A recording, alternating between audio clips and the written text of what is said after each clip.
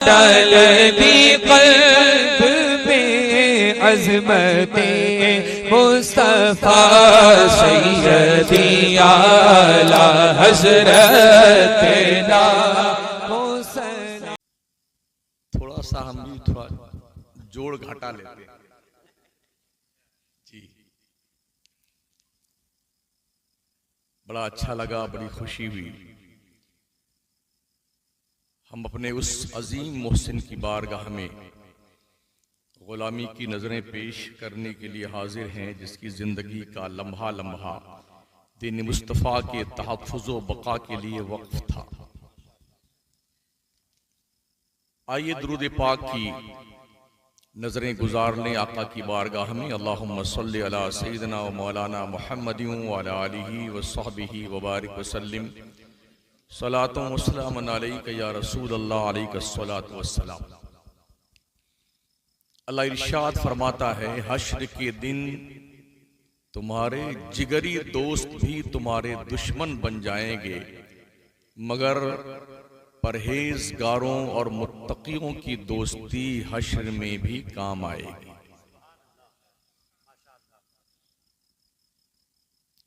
दोस्त कई तरह के होते हैं।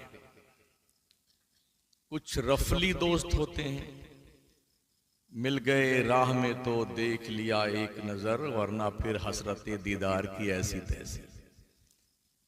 कुछ ऐसे भी दोस्त होते हैं जिन्हें रफीक कहा जाता है। ताल ताल रफीक, ये एक आम सेंटेंस है जो गल्फ में इस्तेमाल किया जाता है।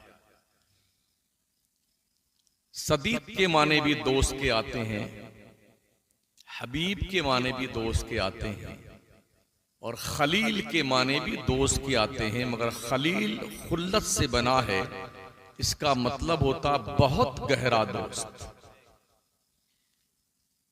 हश्र का मैदान वो मैदान होगा जहां बहुत गहरा दोस्त भी आपका दुश्मन बन जाएगा। यानी आप पूरे हश्र के मैदान में उसके आगे पीछे दौड़ेंगे एक नेकी लेने के लिए, वो धुतकार कर भगाएगा आपको। मगर एक जमात ऐसी भी होगी वहां पर जो वहां भी अपने कर्म की बरखा बरसा रही होगी। उस जमात का नाम है मुत्तकियों की जमात, परहेजगारों की जमात। और इस पर मैंने नस्से कतई पेश की है, अल-अखिल्लाउ यौमैदिन बादुहुम लिबादिन अदू इल्लल मुत्तकीन। मुत्तकियों की दोस्ती वहां भी काम आएगी जहां कोई दोस्ती काम नहीं आएगी। तो फिर ऐसे लोगों से दोस्ती की जानी चाहिए ना जहां कोई काम ना आए, और वो काम आए तो यकीनन उससे दोस्ती करनी चाहिए। और यहीं से दोस्ती बना के रखो ताकि ऐन टाइम पर आप जो है वक्त और मतलबी की हैसियत से न पहचाने जाएं। वक्त पड़ा है तो आया मेरे साथ, यहीं से आप रिश्ते गुलामी इस्तवार करके रखें। बात है उस शहर बरेली की जो करामतों की बुनियाद पर नहीं पहचाना गया है, दीन पर इस्तिकामतों की बुनियाद पर। बरेली दुआ तावीज की बुनियाद पर नहीं पहचाना गया है, दीन मुस्तफा के हिसार को बाकी रखने और उसके तहफ़्फ़ुज़ व बक़ा के लिए जान की बाजी लगा देने की बुनियाद पर पहचाना गया है। बहुत सारे ऐसे लोग हैं, बहुत सारे पीर हैं जो बस दुआ झाड़ फूंक इसी नाम से पहचाने जाते हैं, और दुनिया में उनकी गिनती होती है पीर साहब हैं दुआ तावीज़ की। मगर बरेली शरीफ वो शहर मोहब्बत है कि वहां पर अल्लाह के नेक बंदों ने अपनी शनाख्त जो कायम की है ना करामत की बुनियाद पर और ना ही झाड़ फूंक की बुनियाद पर, बल्कि इश्क़े मुस्तफ़ा की बुनियाद पर और मुहाफ़िज़े नामुसे मुस्तफ़ा की बुनियाद पर उन्होंने अपना नाम कायम किया। जिस जमाने में आला हज़रत इमाम अहमद रज़ा खान फाज़िले बरेलवी के आबाओ अजदाद हिंदुस्तान की सरजमीन पर फौज में आला ओहदों पे फाइज थे, जब तक फौजी जिम्मेदारियां इस खानदान के सर पर रखी हुई थी, तो उस वक्त भी इस खानदान के लोगों ने अपना और अपने खानदान का नाम रोशन करने में कोई कमी नहीं उठाई। और जब से दीनी खिदमात का जिम्मा इनके सर पे आया आला हजरत सरकार के आबा व अजदाद के, तो फिर इस चमनजार का हर गुलो गुंचा इस कदर महका कि खोले हैं जुल्फे यार ने खुशबू कहां तक। जुल्फे तो बरेली में खुली हैं, मगर उसकी खुशबू मशामे जा को पूरे अकनाफे आलम को मुअत्तर कर रही है और लोगों के दिलो दिमाग को महका रही है। याद रखें, हमारी शनाख्त, हमारी पहचान बरेली है। तो अर्ज में कर रहा था साथियों, हुजूर ताजुश शरिया रहमतुल्लाह ताला अलैह एक इल्मी खानदान में पैदा हुए। खानदानी बरकतें तो थी ही उनके पास में। आला हजरत का जो वर्षा था इल्म फजलो तकवा की रोशनी में, वो था ही उनके पास में। हुजूर मुफस्सिर आज़म हिंद का जो फजलो इल्म तकवा था, वो भी उनके पास था ही। बाप का इल्म वरासत तो उन्हें मिला ही था। हुजूर सरकार मुफ्ती आज़म हिंद का दबदबा भी उनके पास था, तकवा भी उनके पास था।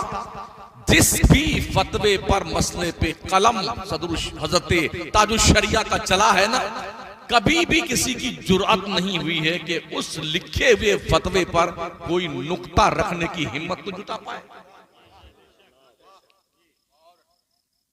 पढ़ करके जब जामिया अज़हर से ताजुश शरिया तशरीफ लाए थे, तो बरेली के स्टेशन पर जो जोरदार उनका इस्तकबाल हुआ था, वो तारीख साज इस्तकबाल था ताजुश शरिया का। उस जमाने पूरा बरेली उमड़ पड़ा था कि आला हजरत के खानदान का शहजादा दुनिया की सबसे बड़ी यूनिवर्सिटी से फाजिल बन करके वापस आया है, तो अपने बेगाने पराए सब उनकी बारगाह में गुलहाए अकीदत पेश करने के लिए पलकें बिछाए हुए थे बरेली के स्टेशन। सरकार मुफ्ती आज़म हिंद अली रहमा ने उन्हें फतवा लिखने की जिम्मेदारी सौंपी। दो चंद फतवे जब लिखे हुजूर ताजुश शरिया ने, तो सरकार मुफ्ती आज़म हिंद ने ये पूरी जिम्मेदारी इन्हीं के हवाले कर दी। फिर तो कलम जो चला है ना ताजुश शरिया का, तो इंतकाल के वक्त तक पीछे मुड़ के नहीं देखा ताजुश शरिया ने, पीछे मुड़ के नहीं देखा। वो इल्मी वजाहत हर इलाके के लोग एक झलक देखने के लिए बेचैन रहते हैं। एक झलक हम देखते हैं, बड़ा ऐलान, प्रचार प्रसार, झंडे झंडियां, क्या क्या होर्डिंग्स लगाए जाते हैं, फिर भी बहुत कम लोग आते हैं। और किसी को पता चल जाता कि ताजुश शरिया इस इलाके में आने वाले ना, कसम खुदा की तिल रखने की जगह नहीं रहती थी। ये मकबूलियत कहां से मिली थी? अल्लाह ने अपने बंदों को ये मकबूलियत दी होती है जो किसी के कम करने से नहीं कम होती है। अगर हम इस शेर को मनकबत की शक्ल में पढ़े तो कोई बेजा नहीं, तू घटाए से किसी के ना घटा है न घटे, जब बढ़ाए तुझे अल्लाह ताला तेरा। घटाने वालों के कद घट गए, आंखें पथरा गई, और बोल बोल के लोग गूंगे बन गए कि किसी भी हिसाब से अल्लामा अख्तर रजा खान अजहरी के फतवे को वैल्यू उसकी घटा दी जाए, कम से कम लोगों की नजरों में उसकी अहमियत को मुश्तबा करार दे दिया जाए, मगर घटाने वालों का खुद का वजन घट गया और ताजुश शरिया के इल्मी कद और वकार को आए दिन चार चांद लगता। आंखों देखी बात करता हूं, बरेली की तलवार में दो धार नहीं है, अपना हो चाहे बेगाना हो, चलती सब पर है। 1992 में जिस वक्त हम मुंबई में पढ़ाते थे, तो जश्न 7 साला हुजूर मुफ्ती आज़म हिंद का YMC ग्राउंड में मनाया गया था। पूरी दुनिया से मंदूबीन आए थे, उलमा आए थे, मुफ्तियाने किराम तशरीफ लाए थे, हुजूर ताजुश शरिया भी थे, और खानदान के और कई अफराद थे, अल्लामा तौसीफ रजा साहब भी थे। भरा हुआ ग्राउंड, उलमा का एक जब्बे गफीर हिंदो पाक और दूसरे ममालिक के बड़े बड़े कदआवर उलमाए किराम की मौजूदगी, कोई एक जुमला अल्लामा तौसीफ रजा खान किबला खिलाफे शरा निकल गया उनकी जुबान से। ताजुश्शरिया क़याम गाह पे सुनते रहे। आए जब स्टेज पर तो पहुंचते ही पहले माइक पकड़ा और ऐलान किया, जो जनाब अभी खिताब फरमा रहे थे उन्होंने ये जुमला कुफ्र का बोला है, उनके ऊपर तौबा लाजिम है। ये है बरेली जो शरीयत की बात को लेकर के आंखें नहीं मूदता है, बल्कि अपना हो या बेगाना हो उसे बाज़ाब्ता तौर पर शरीयत का आईना दिखाया जाता है। ये बरेली है। लोग तो लिपापोती कर लेते हैं, वो यूं नहीं था और यूं था, यूं नहीं था और यूं था। हमने वो भी देखा है जब हुजूर मुफ्ती आज़म हिंद क़िबला रहमतुल्लाह ताला अलैह के चहलम शरीफ में पूरी दुनिया के उलमा, खुतबा, फुक़हा, मुफ्तियान इकराम सब मौजूद थे। इस्लामिया इंटर कॉलेज के जलसे में हम उस वक्त पढ़ते थे।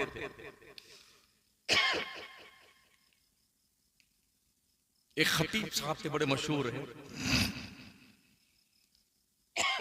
करते करते करते उनकी जुबान से भी कोई कलमे कुफ्र निकल। जहां पर दसियों लाख का मजमा होता हो और वहां पर ऐसा कोई जुमला किसी की जुबान से निकल जाए और उससे तौबा का मुतालबा किया जाए, तो अगर डर अल्लाह का है तो तौबा करना कोई जुर्म नहीं है। तौबा शाने बंदगी है, तौबा कर लेने ही में भलाई है। अल्लाह इज्जतों में चार चांद लगाता है। जो लोग किंतु परंतु करके अपने गुनाहों को पर्दा डालते हैं, गुनाहों पर वो और जलील होते हैं। तकरीर फरमा रहे थे अल्लामा मुश्ताक निजामी साहब क़िबला अलैहि रहमा, बुलबुले हिंदुस्तान मुफ्ती रजब अली साहब क़िबला, हुजूर अहसनुल उलमा, हुजूर बुरहाने मिल्लत, इन जैसी कदावर शख्सियात मौजूद थी। सारे चुप थे, क्या करूं क्या करूं। अल्लामा रेहान रजा खान साहब क़िबला रहमतुल्लाह ताला अलैह आस्ताने रजा पर मौजूद थे। वहां से वो जल्दी जल्दी जल्दी जल्दी दौड़ते दौड़ते कैसे करके स्टेज पे आए और जनाब बैठे ही थे, मैं पका। अल्लामा रेहान रजा बरजस्ता कहा, कभी कोई खतीब खिताब फरमा रहे थे, उन्होंने ये जुमला कहा है जो कुफ्र है उन पर तौबा लाजिम है। जानते, मैं अपनी सुनी बात कर रहा हूं, जो कानों सुना और आंखों से देखा है, कोई बीच में कोई दूसरा रावी नहीं है। जी हजरत, मगर मजाल क्यों उड़ जाए खतीब साहब, मुतालबा होता रहा, नहीं उठे तो नहीं उठे हजरत। तो हजरत मुफ्ती रजब अली साहब क़िबला रहमतुल्लाह अलैह ने जब देखा कि 15 मिनट हो गया मगर उठे नहीं जनाब, तो हजरत खुद ही उठे। आओ भाइयों, हम सब मिलके तौबा करते हैं, अस्तगफिरुल्लाह रब्बी मिन कुल्ल ज़ंबि व अतूबु इलैह, ला इलाहा इल्लल्लाह मुहम्मदुर रसूलुल्लाह। इस तरह से आबरू बचाई मुफ्ती रजब अली साहब का, नाम नहीं बताऊंगा। ये हालात हैं। बताना मकसद ये है कि बरेली के स्टेज पर अपने और पराये की कोई तमीज नहीं होती है। बरेली वो फतवा देता है जिसका देने का हुक्म शरीयत देती है। बरेली का कलम वहां चलता है जहां हक कहने और चलने की शरीयत इजाजत देती है, वहां कलम चलता है बरेली का। हुजूर ताजुश्शरिया रहमतुल्लाह ताला अलैह फतवा नवेसी करते रहे। जिस वक्त जामिया अज़हर पढ़ने जा रहे थे उससे पहले भी कुछ फतवा लिखा था मुफ्ती आज़म हिंद की बारगाह में। तो फरमाते हैं, काश मैं जामिया अज़हर ना गया होता और कुछ साल मुफ्ती आज़म हिंद की निगरानी में और फतवा नवेसी कर लेता तो ज्यादा बेहतर होता। जामिया अज़हर जाने के बाद भी ये हसरत अल्लामा अख्तर रजा खान अज़हरी रहमतुल्लाहि ताला अलैह की उनके आज भी सवाना में लिखी हुई है। काश मैं जामिया अज़हर न गया होता। मतलब ये कि जामिया अज़हर जाने के बाद वहां के शयूख और मुहद्दिसीन से इल्म और फज़ल हासिल करने के बाद वक्त के वलीए कामिल को यह एहसास हुआ कि जो इल्म और फज़ल और तकवा परहेजगारी का खजाना बरेली के मुफ्ती आज़म हिंद जैसे कलंदर के पास मौजूद है, जामिया अज़हर जैसे मुफ्तियों के पास नहीं है, वो बरेली। हम यूं ही थोड़ी बरेली बरेली करते हैं, कुछ तो है, कुछ तो है, हमें हम पहचाने ही इसी नाम से जानते हैं कि बरेली है। कहीं भी हैं हमको इसी हैसियत से पहचाना जाता है।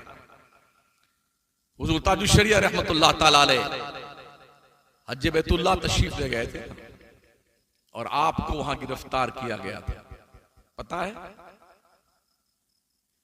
नजदियों ने गिरफ्तार कर लिया, एहलिया मोहतरमा भी थी, हजरत के कुछ खुद्दाम भी थे, कुछ उलमा भी साथ में थे।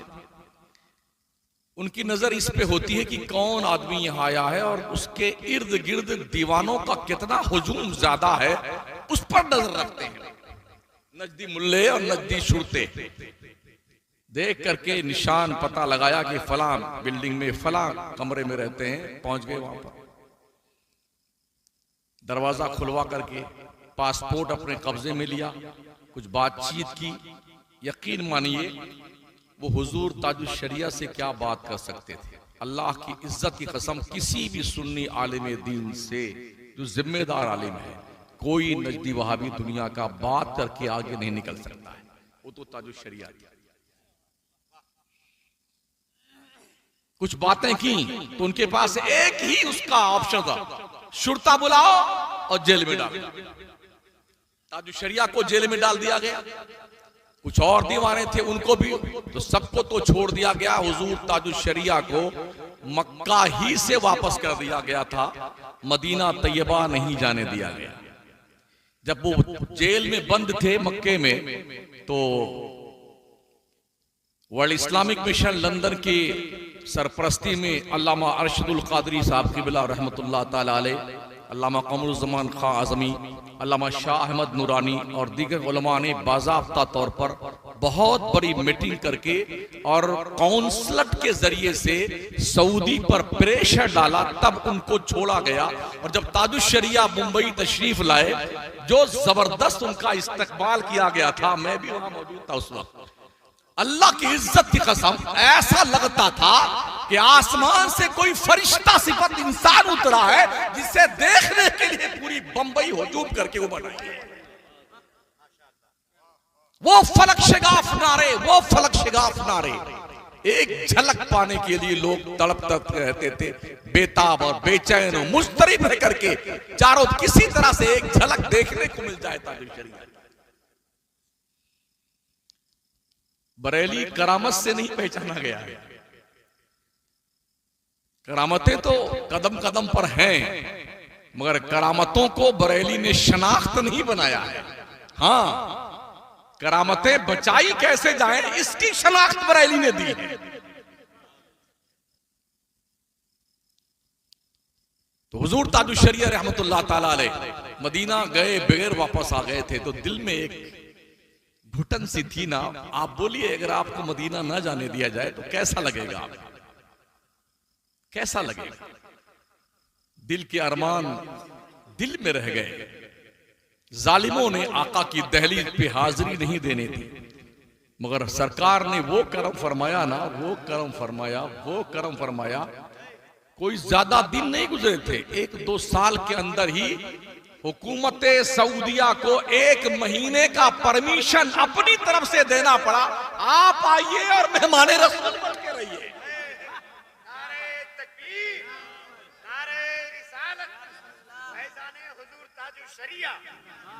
ये शान थी ताजुल शरिया की।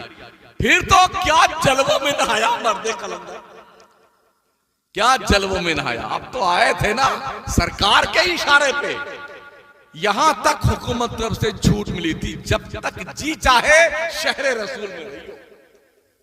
वरना हालात जानते क्या है, किसी भी हाजी को 8 दिन से ज्यादा मदीने में नहीं रहने दिया जाता है।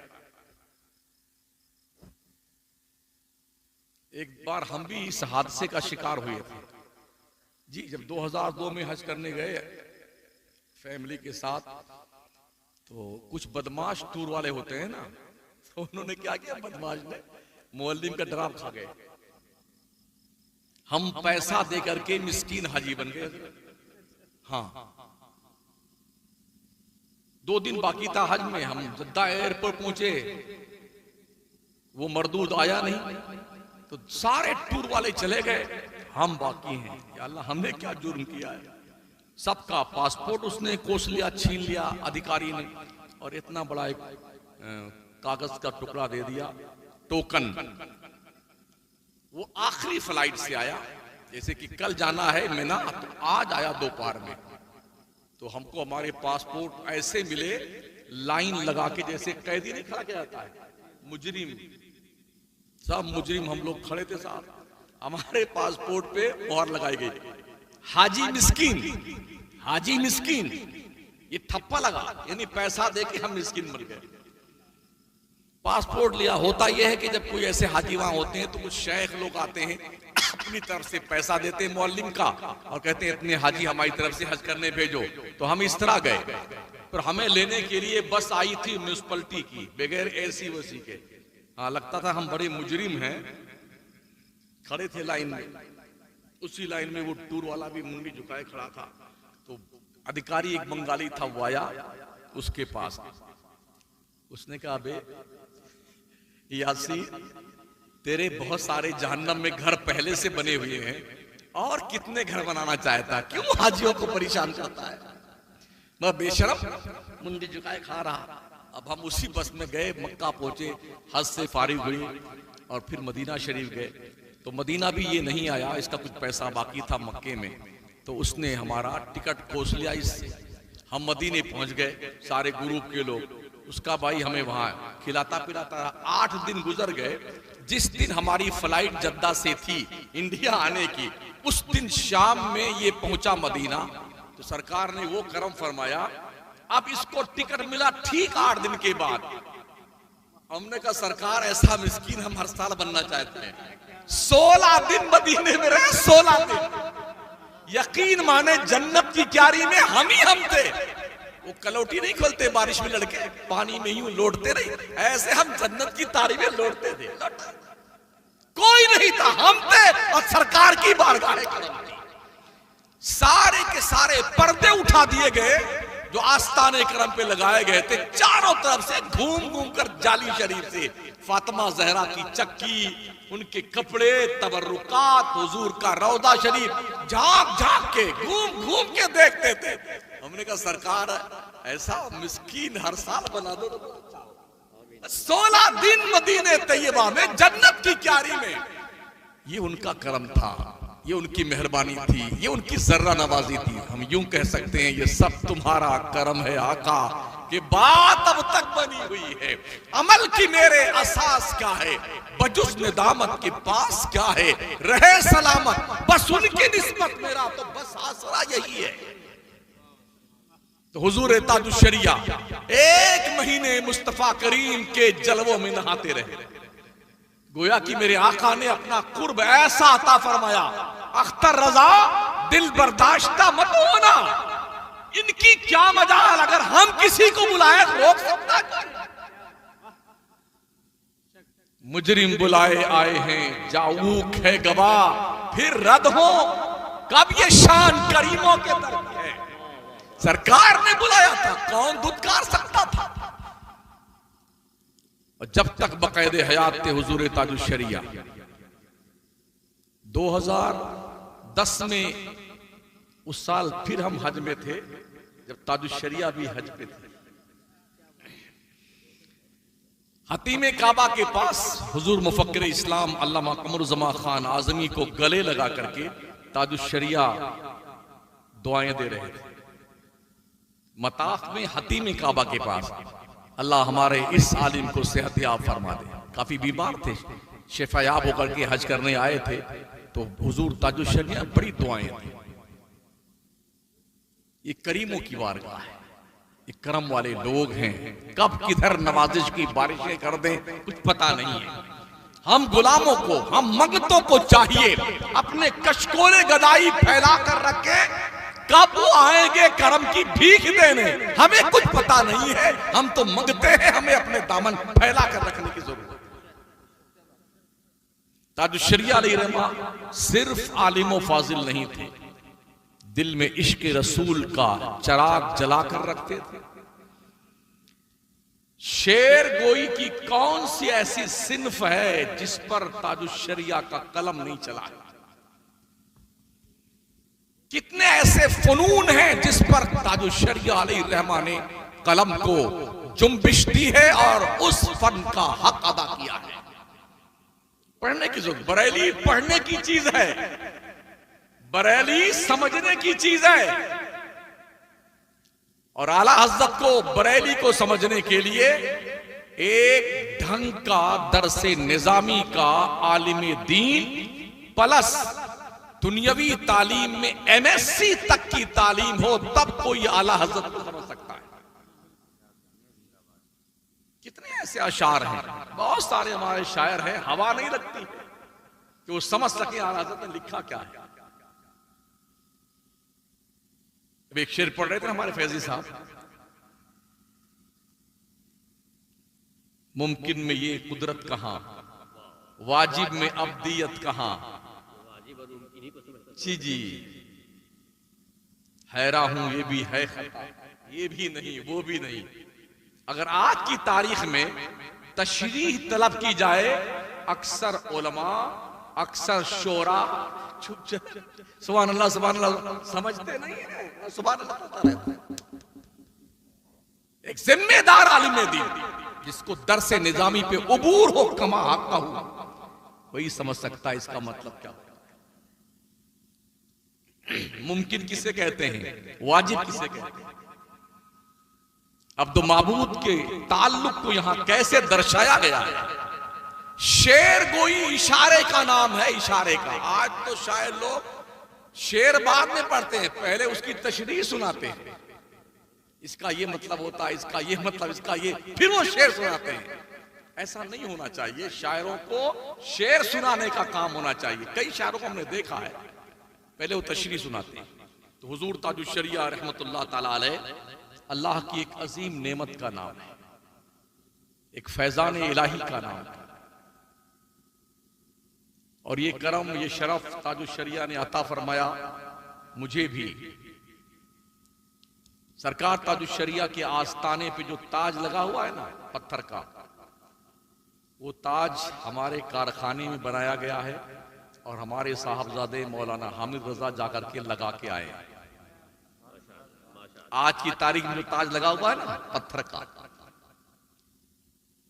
पिछले साल लगा के आए। कोई 10 साल के बाद मैं बरेली शरीफ गया था उसको देखने के लिए कि साहबजादे ने ठीक लगाया कि नहीं लगाया। तो बरेली की उस गली में जब गया मैं, आला हज़रत के आस्तानी वाली गली में, इतना घेर लिया लोगों ने, आप शम्सुद्दीन कादरी हैं, आप शम्सुद्दीन, अरे हाँ भाई साहब क्या बात, खैरियत? अरे हज़रत, हमने कहा भाई साहब जाने दो, हाजिरी दे आया हूँ। सरकार ताजुश्शरिया के आस्ताने पहुंचे देखने के लिए, फातिहा पढ़ के लौट रहे थे तो मौलाना शम्स साहब ने रास्ता रोक लिया कि आप शम्सुद्दीन कादरी है? हमने कहा है। तो फरमाए हज़रत क्या बात? खानी हज़रत आपकी तकरीर हम बहुत सुनते बरेली वाले। ताजुश्शरिया के आस्ताने से चादर उतारी, लाके मेरे गले में डाला, कहा हुजूर कायदे मिल्लत सो रहे वरना मुलाकात का था आपकी। हमने कहा इंशाल्लाह फिर मिलेंगे। नींद में खलल मत डाली हज़रत के। तो वो नवाजते हैं आज भी। हो कोई इस लायक जो नवाजिश को लेने के लिए जाए तो फैजान करम आज भी बरेली का जारी है। और अल्हम्दुलिल्लाह मैं यकीन और वसूक के साथ कह सकता हूं, आला हज़रत की लिखी हुई किताबों की तशरीहात करके दुनिया की मुख्तलिफ जबानों में अगर फैला दिया जाए तो हमें इतना चिल्लाने की जरूरत पेश नहीं आएगी। लोग पढ़ पढ़ करके मुस्तफा के आशिक बनते जाएंगे और दीन मुस्तफा के प्रचारक बनते जाएंगे। मगर हमारे यहां मामला यह है, जो कोई है वो 4, 5, 10 बार की किताब लिखता है, 15 आदमी से तकरीज लिखवाता है, ये अल्लामा है, ये फहामा है, ये वो है, फलाने हैं, डकाने हैं। 10 बरस की किताब और 15 बरस में तकरीर वो छपवा लेता है। हमें चाहिए कि आला हज़रत की किताबों की तशरीहात लिखें, उसको उसको मुख्तलिफ जबानों में ट्रांसलेशन करके फैलाए दुनिया में। आज की तारीख में दुनिया के साइंसदानों को, दुनिया के माशी हैसियत के मुस्तहकम जो इसके बेहतरीन जिम्मेदार लोग हैं, उनको, दुनिया के जर्नल, कर्नल, हर फन, हर डिपार्टमेंट के लोगों को तसल्ली बख्श जवाब देने के लिए हमारे पास आला हजरत की किताबों के अलावा दूसरा कोई हरबा नहीं। तो इसे पढ़ने की जरूरत है, समझने की जरूरत। हमारे बहुत सारे उलमा माशाल्लाह आला हजरत पे पीएचडी कर रहे हैं, कर भी चुके हैं, लेकिन जितना होना चाहिए वो हो नहीं रहा जी। हाँ, होना तो ये चाहिए था कि वो जब पीएचडी करके आते ना तो फिर आला हजरत पे काम शुरू करते। इसकी वजह एक ये भी हो सकती है, हमारा सुन्नी जो है ना, वो किताब लिखने वाले बेचारे किताब लिखते हैं तो रखे रखे किताबों को दीमक खा जाती है। मौलाना ऐसे ही भी आमतौर पे गरीब होता बेचारा। हमारी कौम तनख्वाही क्या देती है? 5,000, 7,000, 10,000 रुपया तनख्वाह देती। वो बच्चों का अपने पेट पाले या किताब छपवाए। हमारा सुन्नी घोड़ी वाले पीर, भैंस वाले पीर, जंगल वाले पीर, मंगल वाले पीर का उर्स करने में करोड़ों रुपए खर्च कर देगा, और किसी आलिम की लिखी हुई किताब को तबात के मराहिल से गुजार करके कौम के फायदा के लिए छापने की बात की जाए तो पैसा जेब से नहीं निकलता। हमारी पीरों का बंगला बना देगा, किताब नहीं छपवाएगा। अभी मैं 15 दिन पहले पंडवा शरीफ से 15 किलोमीटर के फासले पे तकरीर करने गया था जरा, तो वहां 3 पीरों ने एक बड़े गांव को 3 हिस्से में बांट रखा है जी। हजरत बेचारे 6 महीना से मेरी तारीख ले रहे थे कि हजरत आप आइए, हमारे यहाँ बड़े बुरे हालात हैं। जब हम पहुंचे तो जवान बच्चों ने कमरा बंद करके बताया, हजरत हमारे यहाँ ये मामला, ये मामला, ये मामला, ये हमारा मर्ज है, डॉक्टर आप है, इलाज कैसे करना वो आप जाने, हमने मर्ज बता दिया है। हम जब कुछ कहते हैं तो पीर साहब गुंडा लगाते हैं हमारे पीछे कि इसको मार दो जाने से। तो हजरत आप कर्म कीजिए वरना हमारा पूरा गांव डूब जाएगा। उनमें से एक पीर साहब जलवा फरमाते ही, हमने कहा ठीक है। जानते हो क्या अकीदा उनका है? अपने पीर साहब को 28 लाख चंदा करके स्कॉर्पियो दिया। दूसरे का शौक चर्राया तो उसने अपने पीर साहब के लिए 65 लाख चंदा करके बंगला बना के दिया। 15 दिन पहले की बात कर रहा हूं। तो मैंने तकरीर की वहां पे और उन्हीं से हाँ करवाता था। महोदय जो थे ना वो, उनकी आंखें फटी की फटी रह गई। कस के मैंने लगाई क्लास बेटा। बाद में फोन आया कि हजरत एक बार और आ जाए तो काफी ठीक हो जाएगा। तो इंशाल्लाह जरूर आएंगे, वक्त मिलने दो। तो ये हालात हमारे हैं। हमारी कौम पीरों का महल बनाना, बंगला बनाना, गाड़ी देना, ये कर, इसमें लगी हुई है। ये पैसे कौम की फलाह बहबूद पे खर्च करो, किताबों पे खर्च करो, इल्म पे खर्च करो, मेहनत करो इस पे, अपने मसलक की तरबीज और इशाअत पे खर्च करो, सुन्नियों के ईमान बचाने पे खर्च करो। आदमी खा पी के मर जाना उसका काम तो यही है। मुर्गा खाए तो मरेगा, चटनी खाए तो मरेगा, मरना तो है उसे। पर ऐसे कुछ काम कर जाओ सुन्नियों, पूछो उलमा से आके आपने कोई किताब लिखी है? आला हजरत की किताब, सरकार ताजुश शरिया किताब का तर्जमा आपने किया है, मुफ्ती आजम हिंद किताब का तो तर्जमा आपने किया है, उसे लीजिए और अपने मदरसों के नाम छपवाइए, अपने मरहूम बापों के नाम छपवाइए, जो आपके मरे हुए बापों और माओं की बख्शिश की जमानत बन सके। पीर साहब के बंगले से कोई सवाब नहीं मिलेगा आपके मरे हुए बाप को। इसलिए क्या नाम इस गांव का? सतगावा, दुर्धंबा। हाँ, दुर्धंबा सतगावा के लोगों, बड़े मोहब्बत से आपसे गुजारिश है, बरेली के मानने वाले आप हैं, बरेली के आकाओं के मानने वाले आप हैं। ये कोई जादूगर नहीं थे, ठीक है ना? इन्होंने दीन का काम किया है। नमाजें एक नहीं छोड़ी इन्होंने। तुम भी नमाज मत छोड़। मैंने देखा सरकार मुफ्ती आजम हिंद को पीराना साली के बावजूद भी 2 लोग उन्हें कुर्सी पे बिठा करके सरकार मुफ्ती आज़म हिंद के घर से लेके मस्जिद रज़ा में लाते थे, चल नहीं पाते थे, मस्जिद में पहुंचते फिर खड़े होकर नमाज अदा फरमाते थे। आज पीर साहब यहीं सोते रहेंगे और यहीं मस्जिद है, नमाज पढ़ने नहीं जाएंगे इल्ला माशाअल्लाह। और 15 लोग, ये कोई पैर दबा रहा है, कोई तेल लगा रहा है, मालिश वालिश कर रहा है। मर्द लगाए तो भी समझ में आए। हाँ जरा आंखों देखी बात कर रहा हूं। इतने बेहया हो गए हैं पीर लोग इल्ला माशाअल्लाह, इतने बेगैरत हो गए हैं। गैर महरम औरतें हाथ दबाती हैं, पैर दबाती तखलिया में, उनके सरों में तेल लगाती हैं। और मरदूद पीरों को देखा मैंने गैर महरम औरतों को गले लगाते हुए। यही हम बोलते हुए मौलाना लोग, ये मौलाना तो पीर के खिलाफ तकरीर करता है। नबी की शरीयत का खून कर रहे हो पीर बनने के नाम पर, तो तुम्हारे हाथ पैर चूमे जाए। कितना जमीर मर गया है उस घर के बाप का, कितना बेहया है उस बीवी का शौहर, कितना बेहया गैरत है उस बहन का भाई, उस बेटी का बाप जो अपने बेटी को, अपने बहन को, अपनी माँ को, अपनी बीवी को गैर महरम पीर का पैर दबाने के लिए और सर के अंदर तेल लगाने के लिए भेजता है। ये काम बरेली ने नहीं किया।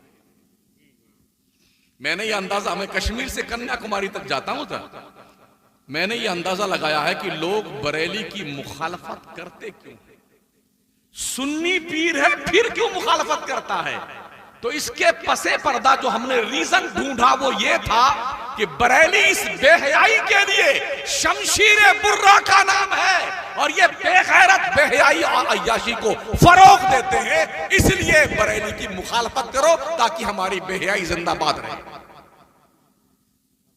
इस बुनियाद पर लोग बरेली की मुखालफत करते, वरना आला हजरत ने, मुफ्ती आज़म हिंद ने, ताजुश शरिया ने, मौजूदा सज्जाद खान ने किसी के बाप की प्रॉपर्टी नहीं छीनी है। जो लोग मुखालफत करते हैं ना, उसकी वाहिद वजह यह है बरेली आईना दिखाता है शरीयत का। ये नबी का फरमान है, ये नबी का फरमान। आखिरी बात, अम्मा आयशा सिद्दीका रदियल्लाहु ताला अन्हा फरमाती, अल्लाह की इज्जत की कसम मैंने कभी नहीं देखा मेरे आका मोहम्मद मुस्तफ़ा सल्लल्लाहु ताला अलैहि वसल्लम ने कभी किसी गैर महरम औरत के हाथ से कभी आपका हाथ नहीं टच हुआ है। समझ रहे? तो अगर हुजूर का हाथ किसी गैर महरम के हाथ से टच नहीं हुआ तो इस दौर के हजूर का हाथ कैसे टच होता है? हाथ टच होता है जिन्हें क्या क्या अल्लाह ही की पनाह, बेगैरतों और बेहयाओं को अल्लाह अक्ल अता फरमाए, समझ अता फरमाए, अमल साले की तौफीक बख्शे। मैं पीरी मुरीदी का मुखालिफ नहीं, मगर इस तरह बेहयाई और बेगैरती के खिलाफ मैं बोलता रहा हूं और बोलता रहूंगा। हमने बरेली से यही सीखा है, दीन मुस्तफा की तालीम सीखी है, शरीयत बचाने का हमने तरीका सीखा है। बरेली की जो जिम्मेदारी हमें दी गई है वो यही जिम्मेदारी है कि लोगों को शरीयत का आईना दिखाया जाए। इसलिए नमाजें पढ़िए भाई, 5 वक्त की नमाज पढ़ो, तब ये जलसा काम का है आपके लिए। पीर का उर्स उसी वक्त काम का है जब आप पीर के फरमुदात पे अमल करते हो। कभी भी ताजुश शरिया ने नमाज नहीं छोड़ी है, सरकार मुफ्ती आज़म हिंद ने नमाज नहीं छोड़ी है। मुत्तकी बनकर दिखाए इस जमाने में कोई एक मेरे मुफ्ती आज़म का तकवा छोड़कर। बड़े परहेजगार लोग रहे हैं, ये नमाजें नहीं छोड़ते। तो हमारी नमाज अगर छूटती है और हम दावेदार हैं कि हम बरेलवी हैं, आला हज़रत के मानने वाले हैं, ताजुश शरिया के मुरीद हैं, उनके गुलाम हैं, मुफ्ती आज़म हिंद के गुलाम हैं, अगर नमाज छोड़ते हैं तो हमारे दावे में फरेब शामिल है, झूठ शामिल है। हम अपने पीर को भी धोखा दे रहे हैं और अपने आप को भी धोखा दे रहे हैं। दाढ़ियां रखिए, दाढ़ियां। ताजुश शरिया बिगड़ दाढ़ी वाले नहीं थे, मुफ्ती आज़म हिंद बिगड़ दाढ़ी वाले नहीं थे। जल्दी बिगड़ दाढ़ी वालों को मुरीद नहीं करते थे और इस शर्त के साथ मुरीद करते थे, पहले दाढ़ी रखने का वादा कर तब मुरीद करेंगे। ये बरेली की शान जिंदगी है और इम्तियाजी शान है। अल्लाह करीम हम सबको हुजूर सैयदी सरकार ताजुश शरिया अख्तर रजा खान अजहरी रज़ियल्लाहु मौला ताला अन्हु के फैज़ व बरक़ात से हम सबको अल्लाह माला माल फरमाए और उनके फरमुदात पर अमल करने की तौफीक बख्शे, उनके मामूलात को बजा लाने की तौफीक बख्शे। मरते दम तक अल्लाह हमें बरेली से वाबस्ता रखे। हम हश्र में भी उठे ना तो हमारे हाथों में बरेली का परचम हो। इस यकीन के साथ हम आपसे विदा लेते हैं, गुफ्तगू को फुल स्टॉप देते हैं कि अल्लाह करीम हम सबको नेकियां करने की तौफीक बख्शे। चलते चलते ये इदारा जो है ना, मदरसों को जिंदा रखिए। मदरसों ही से जिंदगी मिलेगी आपको। आलिम पैदा कीजिए, उलमा की टीम निकालिए। आज दुनिया की बड़ी टेढ़ी नजरें हैं मदरसों पर। उन्हें पता है मुस्लिम कौम को अगर कहीं से ईमान की स्पिरिट और तकवीयत मिलती है तो ये मदरसे हैं। कैसी कैसी पाबंदियां, बंदिशें, बंद करो मदरसों को, बंद करो मदरसों को। हमारी जिम्मेदारी बनती है हम मदरसों को जिंदा रखें और मरारा के सादात के फरमान की रोशनी में आधी रोटी खाओ, बच्चों को पढ़ाओ। तालीम, तालीम और सिर्फ तालीम। गुज़िश्ता 6-10 साल से 12 साल के अंदर मुसलमानों ने पढ़ना शुरू किया है। मेहनत कर रहे हैं हमारे बच्चे, कॉलेज में, यूनिवर्सिटी में, मदरसों में अच्छा पढ़ रहे हैं। हालत यह है कि दुनिया बौखला गई है मुसलमानों की तालीम। उन्हें पता है जिस कौम ने पूरी दुनिया पर 3 बर्रे आजम पर इल्म की बुनियाद पर हुकूमत की हो और जिस कौम ने अखंड भारत पर 800 साल तक हुकूमत की है इल्म की बुनियाद पर, वो कौम पढ़ने लग गई है। डर है कौम को और दुनिया के लोगों को, अगर ये पढ़ लिख के मैदान में आ गए तो फिर हम भैंस चराने चले जाएंगे, घास छीलने चले जाएंगे। अपना सबक पढ़िए, याद कीजिए, पढ़ाइए, बच्चों को पढ़ाइए, खूब पढ़ाइए। ट्यूशन के लिए जगह मुंतखब कीजिए। अपनी बच्चियों को अपने घरों में, महल्लों में ट्यूशन दीजिए ताकि गैरों के इंस्टीट्यूट में जाकर के वहां ट्यूशन हासिल करके मुश्तरका तौर पर गैरों की आमेदिश भी हो, तो वहां पर इज्जतें नीलाम होती दिख रही हैं, देखा जा रहा है आए दिन अखबार में। तो हमारे जो पढ़े लिखे बच्चे हैं उनको चाहिए कि वही कहीं भी कमरा लेकर के लोग कमरा फराहम करें, वहां पर बच्चों को ट्यूशन दें। 10वीं क्लास के बच्चों को, बच्चियों को, 12वीं क्लास के बच्चों बच्चियों को, इसके आगे पढ़ने वाले बच्चों बच्चियों को, ताकि गैरों की चौखट पर जाकर के उनकी इज्जतें नीलाम न होने पाए। मैं उम्मीद करूंगा अगर आप हजरत अल्लामा क़िबला मोहतमिम साहब से गुजारिश करेंगे तो यहाँ भी एक कमरा आपको मिल सकता है ट्यूशन देने का बच्चों के लिए। पढ़ाइए तो सही कम से कम, और मौलाना बनाइए तो सिर्फ मौलाना नहीं, दुनिया की तालीम भी बहुत जरूरी है। हमारे साउथ, नॉर्थ और ईस्ट इंडिया के उलमा को साउथ इंडिया के लोगों से, उलमा से बहुत कुछ सीखने की जरूरत है। हम तो ये कहना चाहेंगे और कहते हैं हर जलसे में, उत्तर भारत के बिहार, बंगाल, झारखंड और यूपी और राजस्थान, मध्य प्रदेश के मौलाना लोगों को रस्सी में बांध करके ट्रक में जैसे बकरियों भरा जाए ऐसे भर करके एक बार पूरे साउथ के मदरसों और स्कूलों का दौरा करवाया जाए। 10 दिन इस मदरसे में, 10 दिन, ताकि देखो बच्चों को पढ़ाया कैसे जाता है। एक बच्चा आलिम भी बन जाता है, वकील भी बन जाता है, आलिम भी बन जाता है, डॉक्टर भी बन जाता है, आलिम भी बन जाता है, इंजीनियर भी बन जाता है, आलिम भी बन जाता है, IAS IPS अफसर भी बन जाता है। ये तर्ज़े हयात सीखने की जरूरत है साउथ के मुसलमानों से। बस यही चंद गुजारिशात थी। अल्लाह करीम अपने करम के मुताबिक हमें नवाजे, आपको नवाजे और हम सब का खात्मा ईमान पर फरमाए। अस्तगफिरुल्लाह रब्बी मिन कुल्लि ज़ंबिन व अतूबु इलैह, ला इलाहा इल्लल्लाह मुहम्मदुर रसूलुल्लाह। अस्सलामु अलैकुम व रहमतुल्लाहि व बरकातुहू।